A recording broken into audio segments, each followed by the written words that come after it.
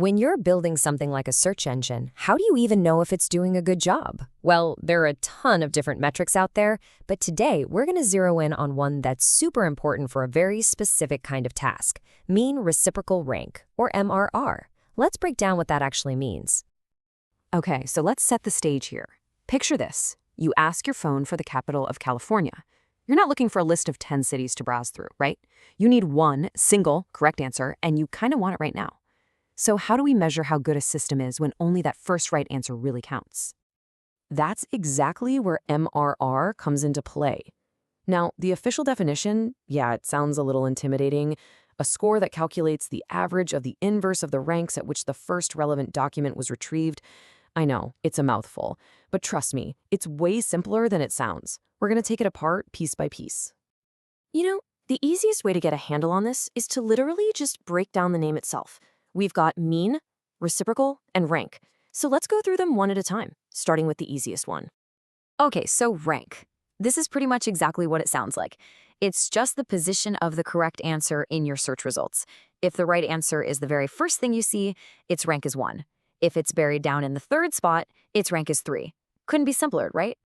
Next up is reciprocal, and this is the secret sauce. This is the thing that makes MRR so perfect for that one right answer problem we talked about. All we're doing is flipping the rank. We just do 1 divided by whatever the rank is. This simple little move heavily, and I mean heavily, rewards answers that show up right at the top. And what you see here is so important. Look at how fast that score just plummets. If the right answer is at rank 1, you get a perfect score of 1.0. But if it slips to just the second spot, your score gets cut in half to 0.5. By rank 3, you're down to about 0.33. This whole system is designed to really punish the search engine for making you dig for the answer. And hey, if the right answer isn't even on the page, you get a big fat 0, no points. All right, last piece of the puzzle, mean. And this part is just to remind us that we're not just doing this for one single search. We're going to run this for a whole bunch of different searches. Get all those reciprocal rank scores, and then, yep, you guessed it, we just find the average or the mean of all of them. That gives us one single number to judge how well our system is doing overall. Okay, enough theory. Let's make this real. We're going to walk through a super simple example to see exactly how this works in practice. We'll run 3 searches and calculate the MRR from scratch. All right, check this out. We've got 3 different search queries. First up, capital of California. The right answer, Sacramento, came in at position 2. So its reciprocal rank is 1/2, or 1/2. Next, gravity on Mars. We nailed it. The answer was right at the top, rank 1. That's a perfect score of 1/1. Finally, plural of alumnus. The answer came in 3rd, so we get a score of 1/3.